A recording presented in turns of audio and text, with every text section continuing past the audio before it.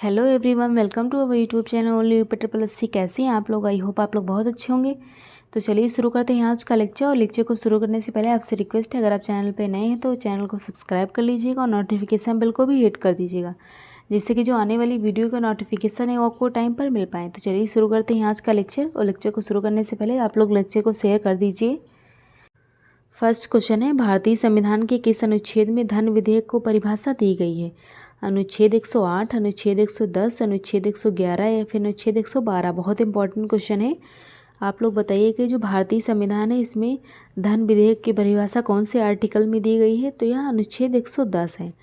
और धन विधेयक जो है हमेशा लोकसभा में पेश होता है, कभी भी राज्यसभा में पेश नहीं होता। ये भी आप लोग याद रखिएगा, इससे क्वेश्चन पूछ लिया जाता है कि जो धन विधेयक होता है कहाँ पर पेश किया जाता है? तो यह जो है लोकसभा में पेश किया जाता है। क्वेश्चन नंबर 2 है, सर्वोच्च न्यायालय के न्यायाधीश कितनी वर्ष की उम्र में सेवानिवृत्त होते हैं, मतलब रिटायर होते हैं?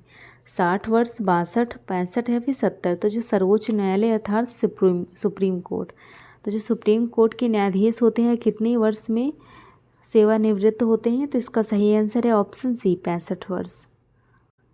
क्वेश्चन नंबर 3 है, भारत के नियंत्रक एवं महालेखा परीक्षक का कार्यकाल कितना होता है? इंपॉर्टेंट क्वेश्चन है। 6 वर्ष या 65 वर्ष, 5 वर्ष या 62 वर्ष, 6 वर्ष या 66 वर्ष या फिर 5 वर्ष या 66 वर्ष। तो आपको बताना है जो भारत के नियंत्रक एवं महालेखा परीक्षक होते हैं इनका कार्यकाल कितने वर्ष का होता है? तो इसका सही आंसर है गाइस ऑप्शन ए, 6 वर्ष या 65 वर्ष। 6 वर्ष या 65 वर्ष एक नियंत्रक एवं महालेखा परीक्षक का कार्यकाल होता है। क्वेश्चन नंबर 4 है, राज्यसभा में सर्वप्रथम विपक्षी दल का नेता किसे चुना गया था? कमला त्रिपाठी को, रामकृष्ण हेगड़े को, राम सुभंग सिंह को या फिर नीलम संजीव रेड्डी को? तो आपको बताना है राज्यसभा में सर्वप्रथम विपक्षी दल का नेता किसे चुना गया था? तो यह चुना गया था कमलापति त्रिपाठी को। कमलापति त्रिपाठी को राज्यसभा में सर्वप्रथम विपक्षी दल का नेता चुना गया था। क्वेश्चन नंबर 5 है, लोकसभा में सर्वप्रथम विपक्षी दल का नेता किसे चुना गया? राज्यसभा में आपको बताना था कमलापति त्रिपाठी थी, और लोकसभा में कौन था? कृष्ण राम मूर्ति, नारायण दत्त तिवारी, राम सुभंग सिंह या फिर सुमित्रा महाजन। तो लोकसभा में सर्वप्रथम विपक्षी दल का नेता किसे चुना गया? तो यह चुना गया राम सुभंग सिंह को। ऑप्शन सी इसका सही आंसर है। क्वेश्चन नंबर 6 है, उच्च न्यायालय के न्यायाधीश कितनी वर्ष की उम्र में सेवानिवृत्त होते हैं, मतलब हाई कोर्ट? 62 वर्ष, 60 वर्ष, 65 या फिर 70 वर्ष। तो जो हाई कोर्ट के न्यायाधीश होते हैं कितनी वर्ष की उम्र में रिटायर होते हैं? तो इसका सही आंसर है ऑप्शन ए, 62 वर्ष। क्वेश्चन नंबर 7 है, पटना उच्च न्यायालय की स्थापना कब की गई? 1910, 1915, 1916 या फिर 1921। तो जो पटना उच्च न्यायालय था, मतलब पटना हाई कोर्ट, इसकी स्थापना कब की गई थी? तो इसकी स्थापना 1916 में की गई। ऑप्शन सी इसका सही आंसर है। क्वेश्चन नंबर 8 है, कौन सा अनुच्छेद सर्वोच्च न्यायालय को न्यायिक पुनरीक्षण का अधिकार प्रदान करता है? अनुच्छेद 117, अनुच्छेद 112, अनुच्छेद 117 या फिर अनुच्छेद 173। तो कौन सा अनुच्छेद जो है सर्वोच्च न्यायालय को न्यायिक पुनर्निरीक्षण का अधिकार प्रदान करता है? तो यह है अनुच्छेद 137। ऑप्शन ए इसका सही आंसर है। क्वेश्चन नंबर 9 है, सर्वोच्च न्यायालय में न्यायाधीशों की संख्या में वृद्धि करने पर अधिकार किसे प्राप्त है? मतलब सुप्रीम कोर्ट में जो न्यायाधीश हैं इसमें जो न्यायाधीश होते हैं इनकी संख्या को कौन बढ़ा सकता है, किसके पास ये अधिकार है? राष्ट्रपति, उपराष्ट्रपति, प्रधानमंत्री या फिर संसद? तो इसका सही आंसर है गाइस ऑप्शन डी, संसद के पास यह अधिकार है कि वह सर्वोच्च न्यायालय में न्यायाधीशों की संख्या को बढ़ा सकता है। क्वेश्चन नंबर 10 है, भारत में पहली बार संसद में विपक्षी दल के नेता को मान्यता किस वर्ष दी गई थी? 1965 में, 1962 में, 1969 में या फिर 1975 में? तो भारत में पहली बार संसद में विपक्षी दल के नेता को मान्यता किस वर्ष दी गई थी? तो यह मान्यता 1969 में दी गई थी। ऑप्शन सी इसका सही आंसर है। क्वेश्चन नंबर 11 है, विधानमंडल का उच्च सदन कौन सा है? विधानसभा, राज्यसभा, विधान परिषद या फिर लोकसभा? तो जो विधानमंडल है इसका उच्च सदन कौन सा होता है? सबको पता होगा ये, तो यह विधान परिषद होता है।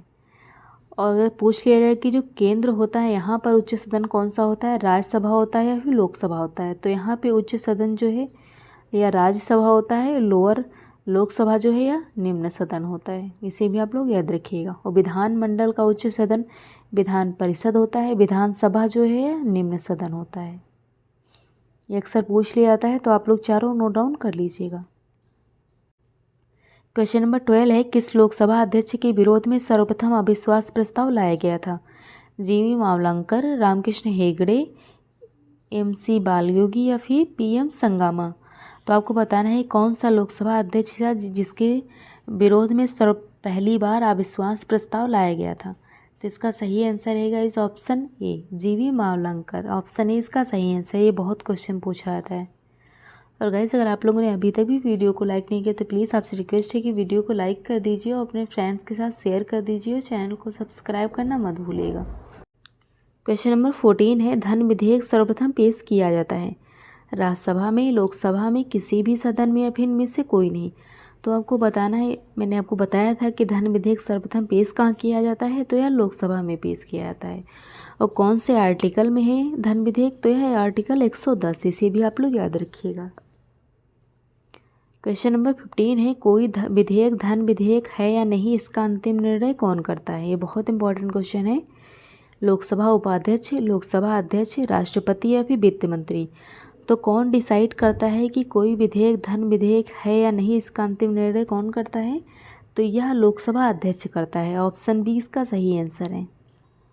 क्वेश्चन नंबर 16 है, धन विधेयक को राज्यसभा अपने पास अधिकतम कितने समय तक रोक सकती है? ये भी इम्पॉर्टेंट है।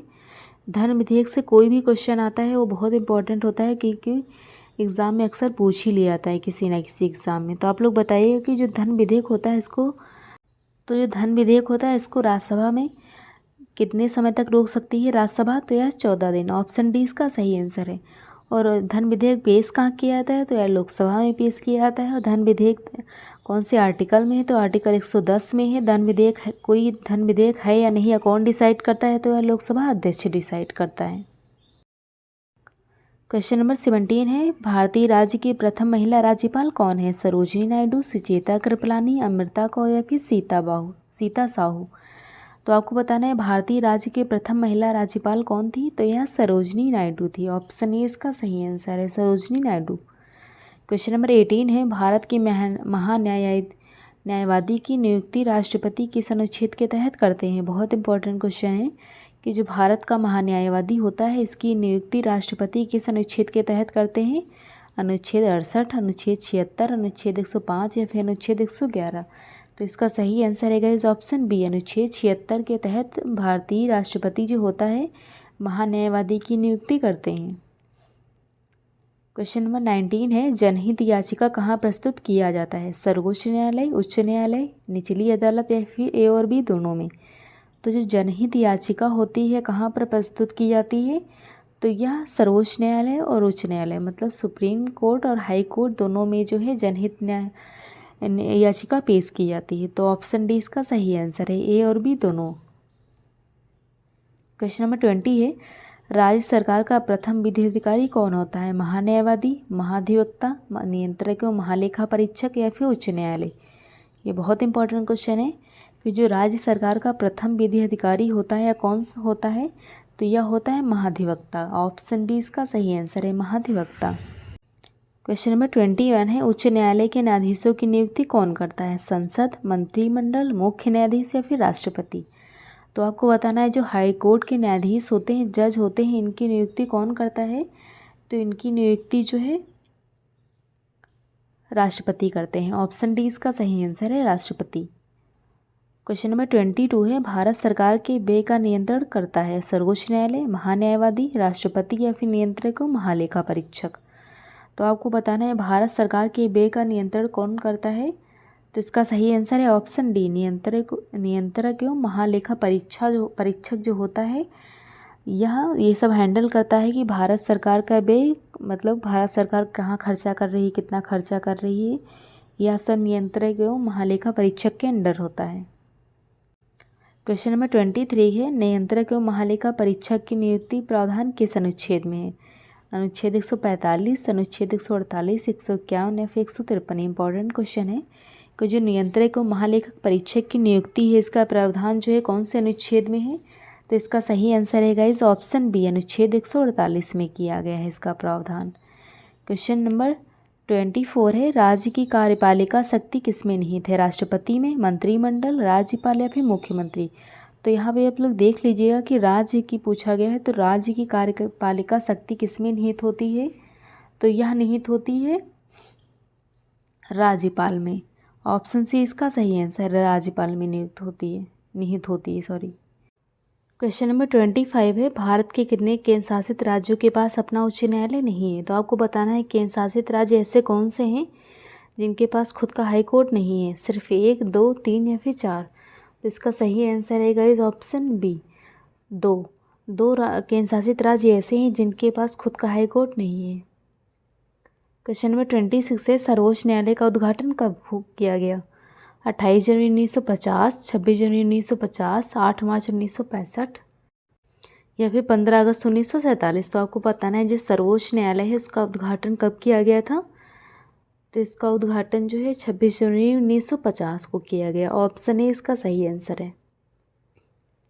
क्वेश्चन नंबर 27 है, सर्वोच्च न्यायालय में कुल कितने न्यायाधीश हैं। 26, 28, 33 या फिर 34। तो जो सुप्रीम कोर्ट है यहाँ पर कितने जज हैं कुल, तो इसमें इसका सही आंसर है ऑप्शन डी, 34। ऑप्शन डी इसका सही आंसर है। क्वेश्चन नंबर 28 है, कोलकाता, मुंबई तथा मद्रास उच्च न्यायालय की स्थापना कब हुई थी। बहुत इंपॉर्टेंट क्वेश्चन है। 1874, 1880, 1862 या फिर 1884। तो जो कोलकाता, मुंबई और मद्रास है ये हाई कोर्ट हैं, इनकी स्थापना कब हुई थी आप लोग कमेंट सेक्शन में बताइए। तो इनकी स्थापना 1862 में हुई थी। 1862 में जो है हाई कोर्ट की स्थापना हुई थी, कोलकाता, मुंबई और मद्रास। क्वेश्चन नंबर 29 है, वर्तमान में भारत में कुल कितने हाई कोर्ट हैं। 25, 26, 23 या फिर 21। तो आपको बताना है जो प्रेजेंट टाइम में कितने उच्च न्यायालय हैं देश में। तो इसका सही आंसर है गाइस ऑप्शन ए, 25 उच्च न्यायालय हैं।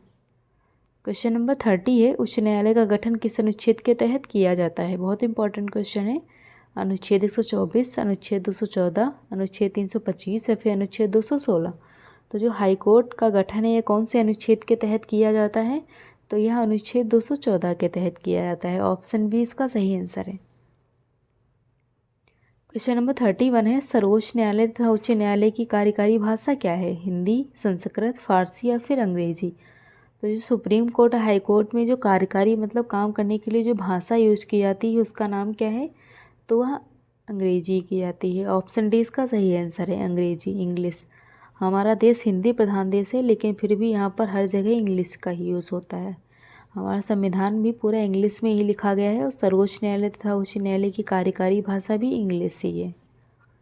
और गाइस अगर आप लोगों ने अभी तक भी वीडियो को लाइक नहीं किया तो प्लीज़ आपसे रिक्वेस्ट है कि वीडियो को लाइक कर दीजिए, वीडियो को शेयर कर दीजिए अपने फ्रेंड्स के साथ और चैनल को सब्सक्राइब कर दीजिएगा। तो क्वेश्चन नंबर 32 है, राज्यपाल को शपथ ग्रहण कौन करवाता है। राष्ट्रपति, प्रधानमंत्री, उच्च न्यायालय के मुख्य न्यायाधीश या फिर सर्वोच्च न्यायालय के मुख्य न्यायाधीश। तो राज्यपाल होता है, राज्य का राज्यपाल, इसको शपथ कौन दिलाता है।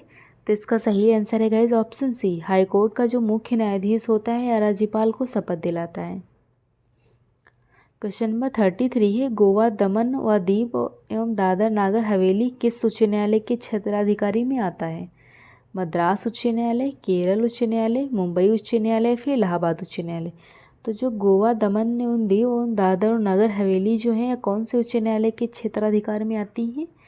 तो इसका सही आंसर है ऑप्शन सी, मुंबई उच्च न्यायालय। क्वेश्चन नंबर 34 है, प्रत्येक राज्य का एक राज्यपाल होगा, इसका उल्लेख किस अनुच्छेद में किया गया है। बहुत इंपॉर्टेंट क्वेश्चन है ये। अनुच्छेद 155, अनुच्छेद 54, अनुच्छेद 153 या फिर अनुच्छेद 156। तो आपको बताना है प्रत्येक राज्य का एक राज्यपाल होगा, इसका उल्लेख किस अनुच्छेद में किया गया है।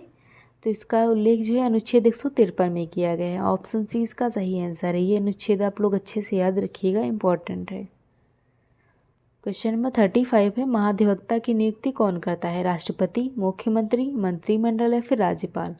तो जो महाधिवक्ता होता है इसकी नियुक्ति कौन करता है, तो इसकी नियुक्ति राज्यपाल करता है। ऑप्शन डी इसका सही आंसर है। क्वेश्चन नंबर 36 है, लोकसभा में कोरम कुल सदस्य का होता है। 1/9, 1/10, 1/6 या फिर 1/8। तो लोकसभा में कोरम जो होता है कुल कितने सदस्यों का होता है, इंपॉर्टेंट क्वेश्चन है।